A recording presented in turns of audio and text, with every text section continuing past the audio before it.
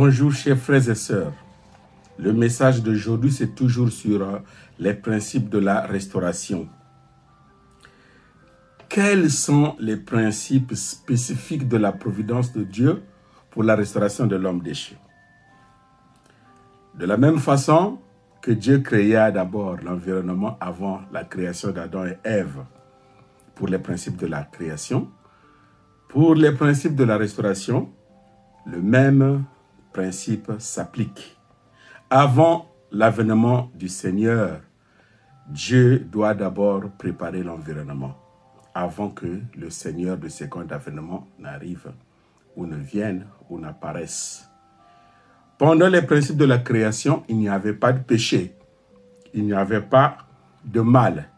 Mais Dieu avait d'abord préparé l'environnement avant la naissance d'Adam. Combien, à plus forte raison maintenant, que le monde est plein de péchés et plein de souffrances, que Dieu ne va pas préparer l'environnement.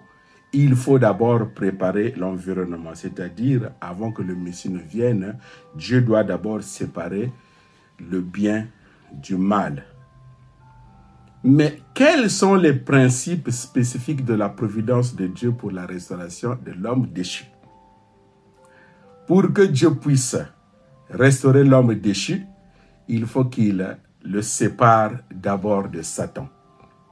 Pour être complètement séparé de Satan, l'homme déchu doit d'abord se laver du péché originel qui est la racine de base de tout le mal, par laquelle Satan accuse et envahit l'homme déchu. Le péché originel, seulement le Messie, l'Adam parfait, seulement qui peut l'éliminer. Dieu ne peut pas envoyer le Messie dans le monde sans la préparation. La préparation est nécessaire parce que si le Messie est envoyé sans que le monde ne soit préparé, il court le danger d'être éliminé par Satan. Mais comme le Messie vient dans la position d'Adam parfait, il ne peut pas venir à n'importe quel moment. Dieu, dans ce cas, demande à l'homme déchu de remplir certaines conditions. Remplir ces conditions, c'est indemniser la perte de la position et de l'état originel. Une condition d'indemnité, c'est la condition à accomplir pour qu'une chose soit restaurée dans sa position ou son état originel.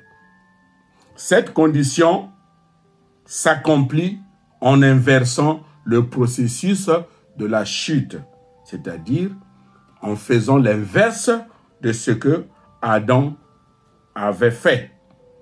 Alors, quelles sont les conditions d'indemnité nécessaires pour établir le fondement pour recevoir le Messie? La réponse est, c'est le fondement de foi et le fondement de substance.